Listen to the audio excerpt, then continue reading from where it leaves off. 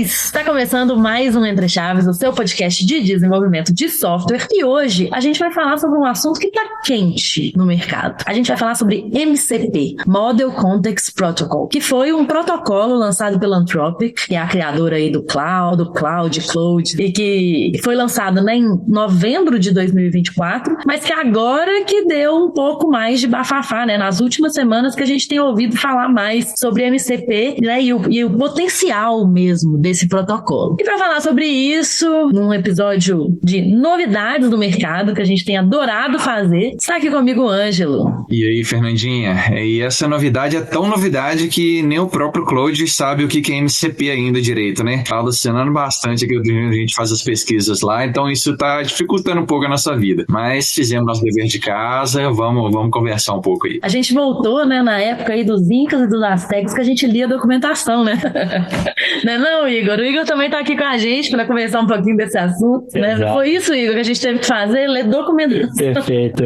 Primeiro, eu gostaria de agradecer pelo convite. Essa é a minha segunda participação aqui no Entre Chaves. É um prazer poder compartilhar um pouco das coisas que eu venho estudando. Sou o Igor Castro, arquiteto aqui na DTI. Atualmente apoio nossos times e clientes aqui com soluções de nuvem, principalmente Azure e GCP. E gostaria de compartilhar um pouquinho mais sobre isso. Exatamente. Então, assim, gente, esse episódio nosso vai ser bem um bate-papo, é um protocolo novo, A gente testou algumas coisas aqui, lemos muitas coisas, pesquisamos e tal, e a gente vai ficar aqui conversando um pouco, debatendo, discutindo. Queria começar, então, falando no episódio, um pouco sobre o momento de criação aí do MCP, De como que a gente interagia com o IA antes, principalmente, com as LLMs, e pensando que o MCP, ele é um protocolo que veio para integrar melhor agentes, assistentes de IA, de uma forma mais padronizada. Então, como que a gente fazia isso antes? No início, vamos chamar de uma fase 1, realmente a gente usava o ChatGPT, principalmente, que foi o pioneiro, mas essas outras que foram surgindo, o Gemini, o Claude, principalmente através das interfaces deles, Então a gente ia lá e falava assim, nossa, GPT, me indica um restaurante para eu ir aqui em Belo Horizonte, E ele ia lá e me indicava. E era assim que a gente interagia com LLMs, inicialmente. Eu usava basicamente como um Google. Uma das primeiras perguntas que eu fiz foi,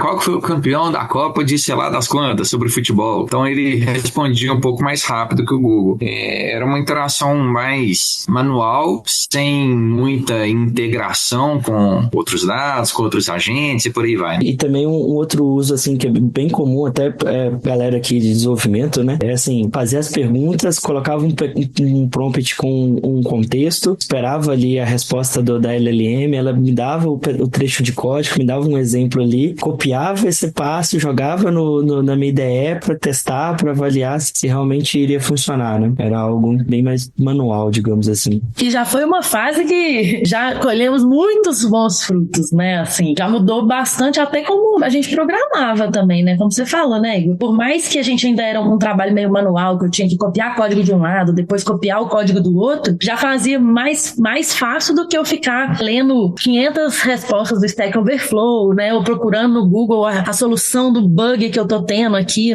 Mas ainda realmente era muito manual. Aí a segunda fase, a gente pode falar, que a gente começou a integrar certas coisas. Começamos a usar as APIs, por exemplo, a API da OpenAI, aí começou até agora eu acesso a API da OpenAI através da Azure, que aí eu tenho mais segurança. Aí começou a ter outras APIs e a gente começou a acessar as LLMs através dos nossos próprios sistemas, ao invés de ser a gente manualmente, às vezes, fazendo. Mas sei lá, começamos a criar alguma coisinha ali, algum agente, alguma coisa que já acessava APIs, que já conseguia, fazer alguma comunicação ali entre sistemas, vamos falar assim, entre agentes. Teve um que acho que foi um dos que ficaram até um pouco mais famosos assim, no início, quando saiu a parte de extensões lá no ChatGPT e que você habilitava para buscar documento, porque até então você não conseguia fazer o upload de documento, Então você conectava ali no Google Drive, ele lia de uma pastinha lá do seu Google Drive para tentar buscar talvez até uma uma resposta um pouco mais precisa do contexto do que você está precisando de fato, né? E aí a gente já começou a habilitar algumas coisas mais parecidas mesmo com esse modelo de agente, né? Que é, igual você mencionou esse exemplo, o agente que é especializado no meu documento tal, que consegue responder muito bem sobre o domínio deste documento para além da internet. Então a gente foi enriquecendo um pouco, mas ainda era nesse sentido assim, para eu conectar com o documento, eu tenho que ter um desenvolvimento específico lá pro documento. Se eu quero acessar os dados de uma lista, sei lá, do SharePoint, eu tenho que fazer uma outra conexão específica lá com a lista do SharePoint. Se eu quero no meu banco de dados ou na minha API, eu tenho que personalizar, de forma personalizada, conectar essas coisas, né? Então a gente foi meio que fazendo soluções customizadas para cada coisa que a gente queria consumir via LLM, né? Então essa foi a fase 2, vamos falar assim. Aí dessas soluções customizadas muitas vezes era difícil reaproveitar, né? Vamos supor que eu fiz agora algo que eu fiz minha LLM conectar no meu Postgres, daí eu tenho outro banco de dados Postgres, não era 100% reaproveitável, né?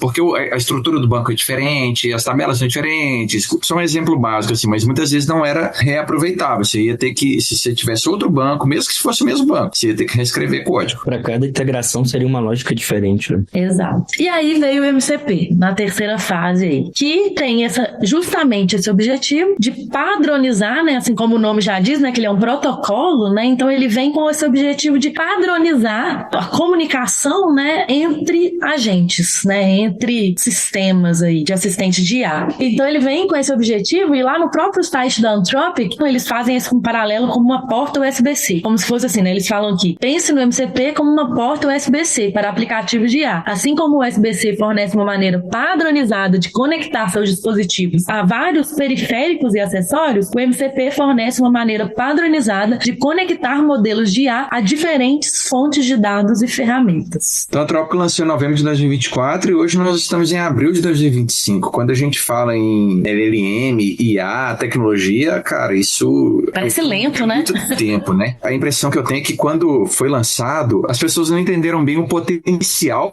que o MCP tem de transformar o mercado de desenvolvimento com LLMs, de você poder fazer o seu próprio agente, poder conectar diversas fontes de dados personalizadas, customizadas e você poder... Vamos pegar o exemplo nosso aqui da DTI, usando o MCP, a gente poderia conectar ali no banco de dados do RH, outro no banco de dados da nossa rede social interna e a gente poder cruzar esses dados e deixar tudo disponível dentro de um agente de IA só, sabe? Conectando várias fontes específicas de dados. O MCP é muito promissor para esse tipo de aplicação também. Recentemente, aí, de algumas semanas para cá, é que tomou uma dimensão, uma popularidade muito grande. A gente começou a ver muita gente falando sobre isso no LinkedIn, no YouTube, inclusive aqui no Entre Chaves também, né? Eu também fiquei bem impressionada, assim, por que demorou tanto, né? Eu, assim, também não tenho grandes hipóteses aqui, não, mas talvez seja isso mesmo, igual você falou, né? Assim, talvez um despreparo ainda das pessoas, e ainda não é um protocolo, vamos falar assim, que tá amplamente adotado, né? Assim, ainda tá, como se fosse assim, né? Se a gente fosse falar de um radar de tecnologia, ele ainda provavelmente estaria num avalie, porque afinal ele ainda não tá realmente amplamente adotado, e pode ser que amanhã surja um outro protocolo, sei lá, melhor, que as pessoas vão adotar melhor, assim, acho que ainda tá nesse momento de adoção inicial que a gente ainda vai ver se realmente vai pegar ou não. Eu não sei, talvez seja isso que é uma barreira inicial, talvez, não sei, mas ao mesmo tempo transformar até na própria documentação da Anthropic, eles também dão tutoriais, parece até simples também você começar a criar servidores MCP, né, e conectar suas coisas, assim, pareceu mais simples do que antes. Mas enfim, também tenho dúvidas do porquê que o bafafá começou agora. Essa questão da adoção ser agora em abril, né, começar o burburinho e tal, virar febre hoje no assunto do mundo do universo de IA ser agora em abril, acho que tem até através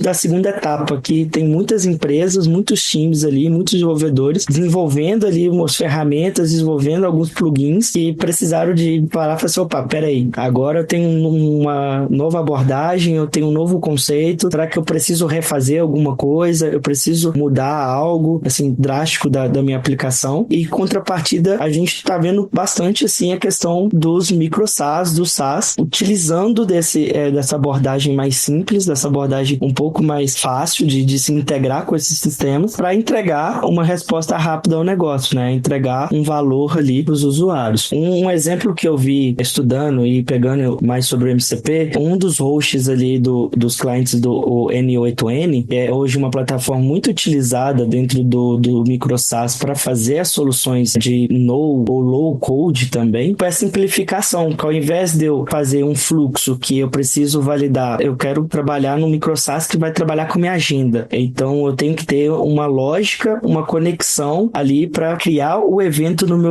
meu calendário no Google. Mas eu preciso buscar também de outras informações de e-mail, até mesmo do OneDrive, para agregar informações calendário. Através do MCP hoje, eu estou diminuindo essa quantidade de caixinhas. Então é algo que eu posso ir direto do meu MCP ali, que vai trabalhar com o Google, e através de maneira mais simples, com uma conexão apenas, eu fazer tanto ali a criação do meu calendário, da minha agenda, né, do meu compromisso, quanto também buscar essas informações e agregar informações a esse compromisso, que nas outras plataformas eu teria que adicionar um pouco mais de lógica, um pouco mais de etapa até chegar ao resultado final. Eu acho que a gente pode até dar outros exemplos aqui, que eu mesmo também tenho alguns exemplos, inclusive, que eu testei, que vi em vídeos, mas antes, vamos falar um pouquinho pra gente contextualizar todo mundo também, né, que às vezes nem todo mundo teve a oportunidade de ler mais sobre o MCP, da arquitetura mesmo do MCP, né, que a gente tem aí alguns componentes, como o MCP Host, o MCP Server, o MCP Client, e o que cada um deles significa aí nessa arquitetura. Mas basicamente, então, a gente tem os hosts, né, que são aplicações aí que hosteiam, vamos falar assim, os clientes de MCP, né, que hospedam os clientes de MCP. Então, por exemplo, como host, a gente tem o próprio cursor, né, que é uma IDE, a gente tem o Cloud Desktop, por exemplo, que é o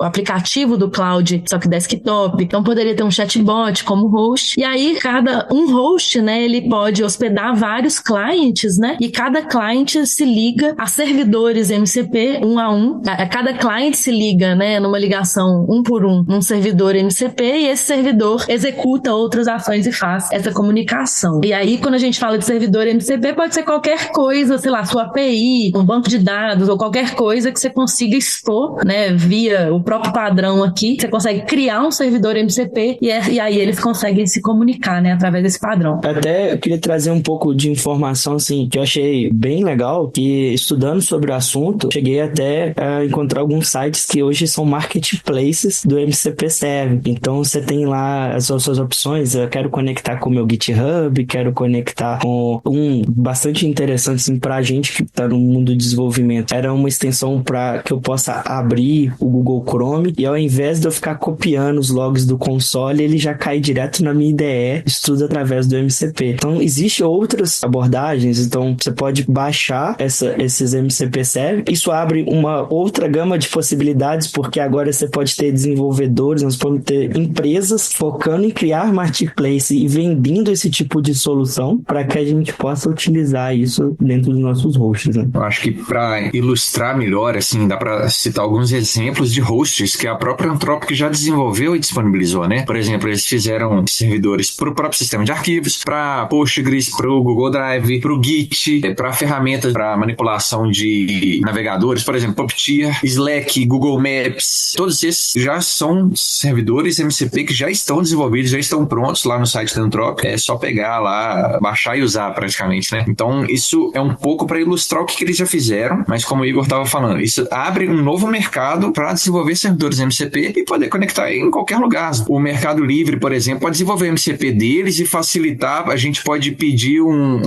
fazer uma nova compra pelo Cloud Desktop, ou o iFood, de repente o iFood faz o MCP server deles e a gente começa a conversar com o ChatGPT e fala, cara, eu sou intolerante à lactose, eu preciso dos hambúrgueres que não tem leite num raio de 30 quilômetros e que entrega em menos de X minutos. E aí a própria ferramenta com o servidor MCP vai conseguir me entregar isso de uma forma mais prática, sabe? Então isso, como eu falei mais cedo, é algo muito promissor para trazer mais uma pequena revolução nesse mercado de desenvolvimento, nesse mercado até de experiência do usuário também, né? Eu acho que é um caminho que a gente já via desde o início, né? Mas que parece cada vez mais sem volta para aplicações quase que sem interface mesmo, como se a gente conseguisse deixar todas as aplicações com interfaces realmente só conversacionais, né? Que é assim, eu via o WhatsApp, eu consigo pedir um iFood, consigo fazer uma compra no Mercado Livre, consigo pedir um Uber, sabe assim, consigo fazer qualquer coisa e eu não preciso entrar nesses aplicativos. Eu posso posso simplesmente fazer isso via uma interface conversacional. E eu acho que o MCP, ele vem justamente, assim, dando um passo ainda maior, né? Facilitando ainda mais isso de acontecer. E esses exemplos que você deu, Ângela, né? No próprio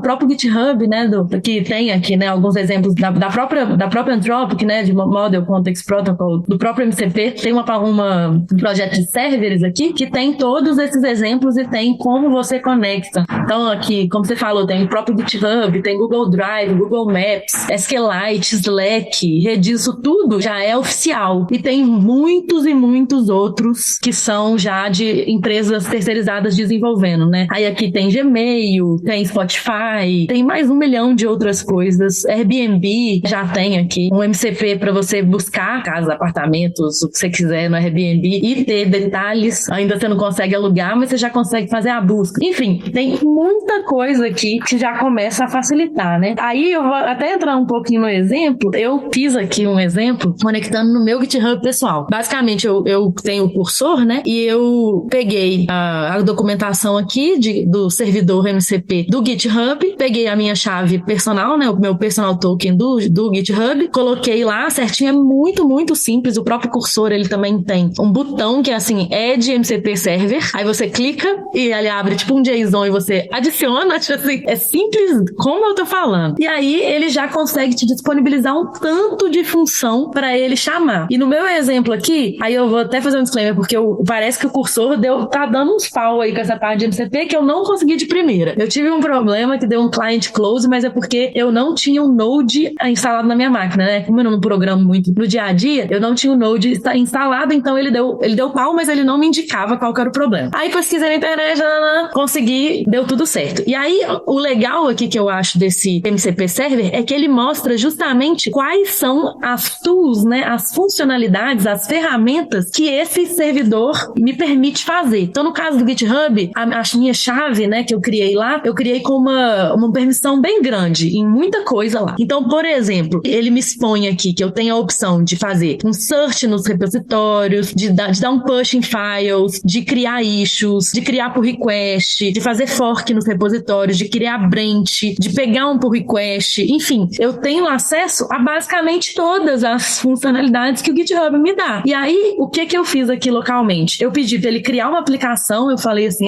cria aí pra mim um jogo do Pac-Man e publica no meu GitHub de forma privada. E aí ele foi e fez. Ele criou o repositório lá, ele criou os arquivos, publicou no meu GitHub privado e foi isso, assim. Então, ele realmente conseguiu acessar através dessas tools e publicou o meu código no GitHub. Bom, que esse exemplo da Fernandinha, sem querer querendo, ela já mencionou ali alguns outros conceitos importantes que a Anthropic menciona também na documentação quando você está criando um servidor MCP, que são os conceitos de tools, resources e prompts. Então, basicamente, tools são as ações que você pode tomar, igual a Fernandinha citou, pode criar uma branch, pode fazer um commit, tudo isso no conceito de MCP Server são tools. Tem o conceito de resources também, que são os recursos que vão ser lidos, aí são as fontes de dados. O próprio GitHub também pode ser uma fonte de dados, mas pegando, sei lá, o Slack, por exemplo, Slack também já existe o servidor MCP de Slack, né? O Slack pode ser tanto server quanto tool, você pode postar uma mensagem, quando você pode ler as mensagens para pegar mais contexto. E tem os prompts também. Prompt, como a gente conhece, prompt de LLM é isso mesmo, só que dentro do conceito de server MCP, são templates que já vêm pré-escritos que ajudam o servidor a pegar o contexto e executar as tarefas que têm que ser feitas. Então, são alguns templates de prompts que podem ter até variáveis, né? Tem uma linguagem de template lá específica dentro do server, aí quem tiver curiosidade pode acessar o site da Anthropic que tem lá explicando, mostrando alguns exemplos, né? Até mesmo para você desenvolver o seu próprio servidor MCP, se for o caso, né? Então, tem esses 3 conceitos importantes aí, acho legal mencionar, pegando esse exemplo que a Fernandinha acabou de citar aí do GitHub. Basicamente, eu entendi que é como se fosse assim,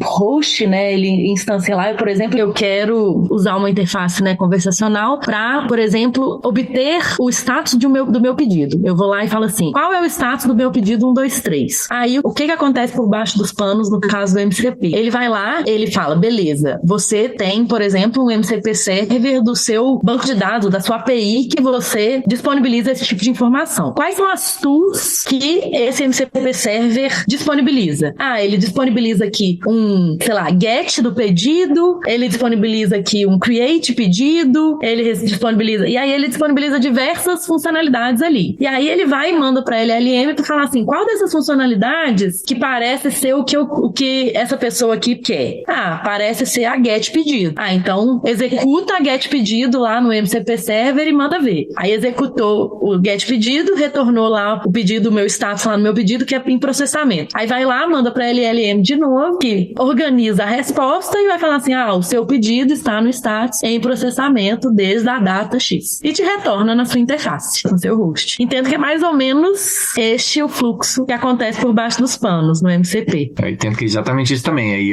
quando eu comecei a imaginar tudo isso também, eu fiquei imaginando assim, quantas chamadas estão rolando ali no background que a gente não tá nem vendo, né? Atualmente já deve rolar muito. Um esquema igual do MCP Server, que facilita a nossa vida, o back-end ali, o número de chamadas, o número de tokens consumidos, provavelmente deve aumentar muito, né? Não li ainda sobre isso, mas provavelmente vai aumentar muito o consumo de tokens, né? Um exemplo que, até puxando essa informação que a Fernandinha nos trouxe, né, a respeito da montagem ali, da busca das informações, quando eu estava estudando, e foi bem no iniciozinho, a primeira coisa que me veio na mente foi um pouco com aquilo que, não sei se vocês usaram, mas na OpenAI a gente tinha de functions calling, algo assim, que era basicamente você adicionar uma função a mais dentro do GPT, que ele meio que identificava um pouquinho, só que você tinha que passar todo o seu esquema da sua API para que falasse, agora quando a pessoa, né, o usuário, for digitar aqui o prompt, eu quero que você tente identificar de alguma maneira quais são os parâmetros do meu endpoint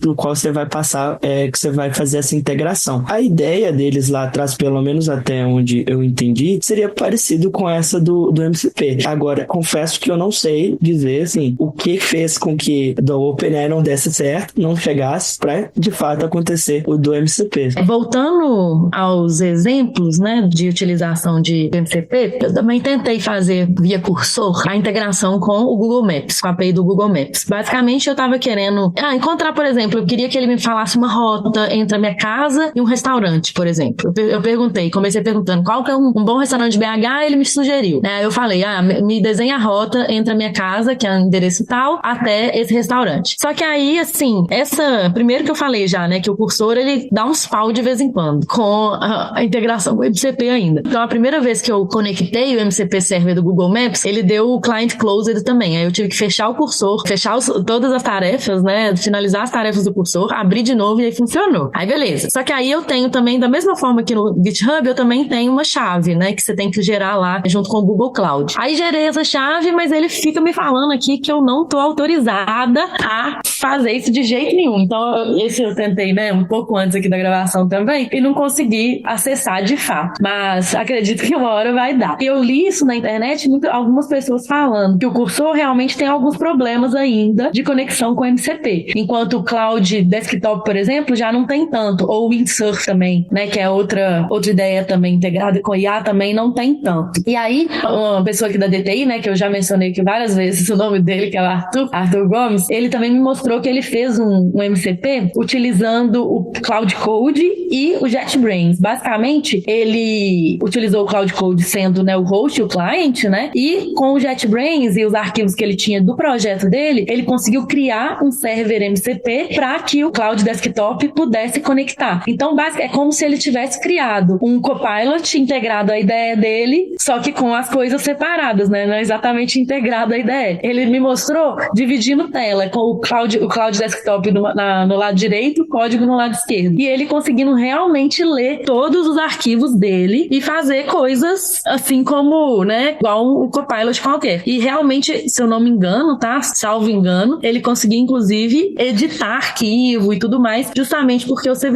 server MCP que ele criou lá provavelmente tinha essas tools, né, de edição também e tudo mais. Então, é uma outra utilização bem interessante. Eu fico achando que realmente esse MCP, gente, abre um tanto de caminho pra gente integrar um tanto de coisa que antes a gente fazia muito manualmente, com muita força de trabalho, né? Sim, exato. 2 exemplos que eu vi aqui bem interessantes, que eu acho que facilita na produtividade ali do dia a dia do desenvolvedor, é referente ali também que é fazer a pesquisa dentro do Azure DevOps. Então, nada mais justo do que você estar dentro da sua IDE, desenvolvendo ali, atuando numa feature ou até mesmo num bug, e você ter todo um conhecimento ali, você ter a LLM para você estar perguntando, conversando e ela buscando as informações dentro do seu seus cards, dentro das suas histórias. Quero testar isso. Exatamente. Então é bem parecido, pelo menos até onde eu comecei a explorar esse MCP. Você passa o seu Personal Access Token e ele acaba pegando as permissões no qual você tem acesso e acaba ali interagindo com você. E o outro, que esse eu vi bem superficial também, mas não cheguei a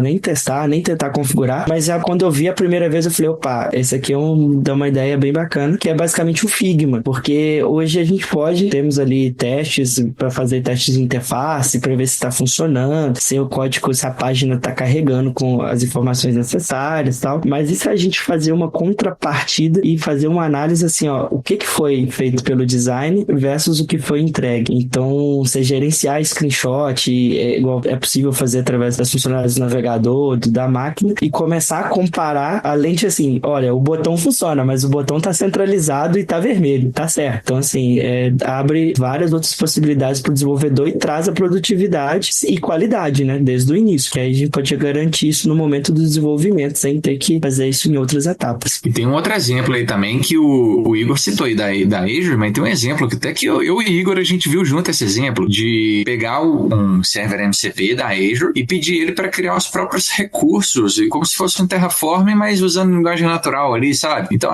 eu preciso de um banco de dados, eu preciso de um servidor de aplicação, e aí você vai conversando, o MCP te fala, olha, beleza, o que você quer na Azure é o Storage S3 aqui, sei lá das quantas, se for na AWS, né? E ele te mostra qual que é o comando que ele vai executar, você fala, não, é isso mesmo, bora. E ele já cria para você, ele tem a tool, né, que pode criar recurso, e já conecta e consegue criar o recurso para você. Esse é interessante, Ângelo, realmente, assim, a gente até pensou no caso de criar os recursos, mas imagina você chegar num ambiente hoje meio complexo, um ambiente grande dentro de um ambiente de nuvem, falar assim, eu quero que você me passe aqui um resumo dos recursos, do que posso estar mexendo com alguma falha de segurança, então preciso atualizar alguma política, bloquear algum acesso externo, rever alguma questão de preço, isso aí já vai aumentando cada vez mais, né? Ou fazer uma engenharia reversa, o ambiente foi todo criado na mão, sem infraestrutura como código. Você pede uma interface conversacional que você estiver usando lá para poder, cara, gera o Terraform disso aqui para mim, porque eu vou ter que replicar esse ambiente, sei lá, vou ter que documentar, e você faz engenharia reversa com a ajuda de uma ferramenta desse tipo, sabe? O céu é o limite, né? Assim, exatamente, eu sinto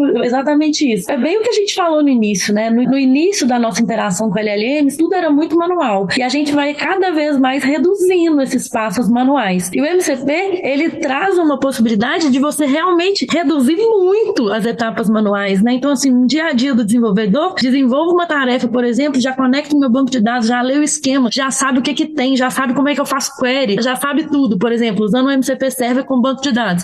Já gosto, o Igor falou, já conectei no Azure DevOps e já sei o meu card. Aí, na hora que eu dou o commit, já fecho o meu card, já coloco as horas, sabe assim? Você começa a automatizar tudo mesmo e começa a juntar as coisas num mesmo processo end-to-end totalmente automatizado de vários agentes se comunicando. E é isso pra mim que é o futuro ou o presente, né? Mas quando a gente fala, né, e a gente aqui falamos um pouquinho sobre esse Agentic AI, né, de 2025, o quanto isso iria crescer em 2025, pra mim é disso que a gente tá falando, é agentes se comunicando, agentes resolvendo realmente coisas, sendo autônomos e realmente gerando valor de tarefas de ponta a ponta mesmo, sabe? E a gente tendo pouca ou quase nada de interação manual com isso. Tudo num único comando, né? É bizarro, porque o Igor citou o Figma ali também, já existe o V0 também, que lê o Figma e gera o código também pra você, imagina. Aí a gente pluga o V0 com o MCP e faz esse caminho todo que a Fernandinha falou aí também, já cria infra, já lê o card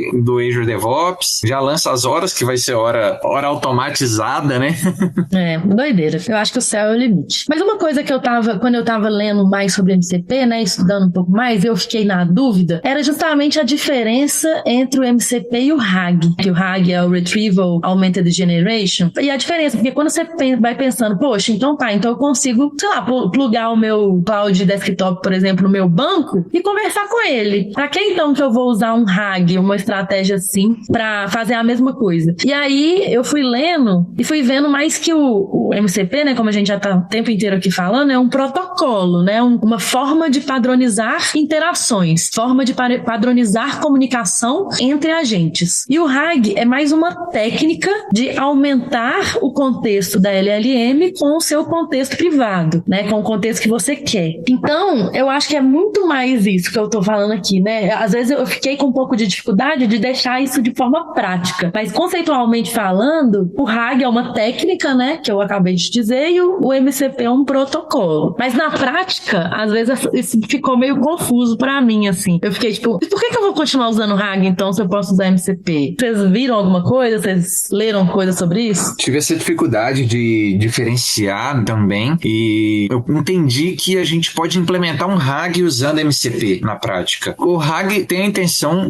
o propósito de dar mais contexto ao seu agente, ao seu modelo. Você pode fazer isso usando MCP ou conectando em qualquer uma dessas milhares de fontes que a gente falou aqui, sabe? Então, eu entendi, foi isso. Você pode implementar um RAG usando MCP. Não é que um vai substituir o outro, que um é concorrente do outro, ou algo desse tipo. Acho que se complementam. Eu fiquei lendo que é mais ou menos assim, né? O RAG, ele parte de um princípio que é, basicamente, você tem uma fonte de dados privada, né? Que você sobe para um banco vetorial e aí você faz, por exemplo, uma pergunta para a sua LLM. Aí, essa pergunta, ela passa por uma forma de embedding, né? Então, ela busca lá as palavras-chave, não sei o quê. E aí, da mesma forma, o meu conteúdo lá do meu banco, ele também é separado em chunks, né? Tipo assim, pedaços, que aí, via similaridade, junta essas duas coisas e joga como contexto da LLM, como se fosse isso. Ou seja, né, o embedding da minha pergunta faz uma busca no meu banco por similaridade e aí eu consigo encontrar um contexto reduzido que faz sentido com aquela pergunta, jogo para a LLM e ela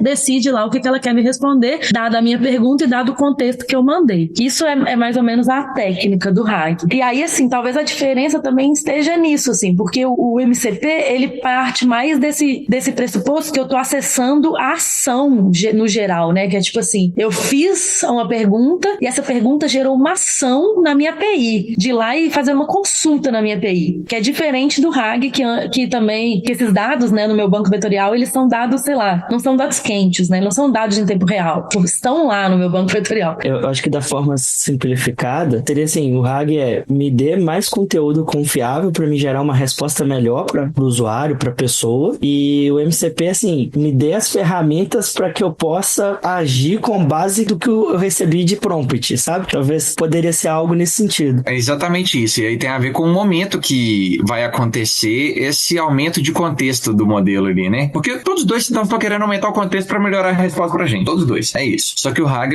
igual você falou aí, me dá o dado que eu me viro aqui. O MCP me dá a ferramenta para acessar o dado e aí pode acontecer um negócio em tempo real. Você atualizou o dado lá, o MCP da próxima vez que for fazer a consulta já vai pegar o dado em tempo real. Então acho que tem a ver com o momento em que está acontecendo esse enriquecimento de contexto também. É texto enriquecido com as informações, né? E o outro você pode falar assim, pô, ação, prompt que eu vou fazer alguma coisa, eu vou na API, vou criar o meu, sei lá, meu evento, vou buscar essa informação numa base de dados, que pode ser uma base de dados também, né? Acho que a confusão acontece quando vai na base de dados, quando a gente fala de base de dados, que aí pode ser os dois. Exatamente. Porque assim, pensando na estratégia de construir, talvez de quem estiver ouvindo, querer testar, querer estudar um pouco mais, um dos recursos que é de fácil, assim, a implementação de início para quem tá chegando agora nesse conceito, tentando entender, é um dos exemplos lá, um tutorial que a própria Anthropic disponibiliza, que é construir MCP com LLM. Então, eles já dão alguns exemplos ali de SDK, que é no TypeScript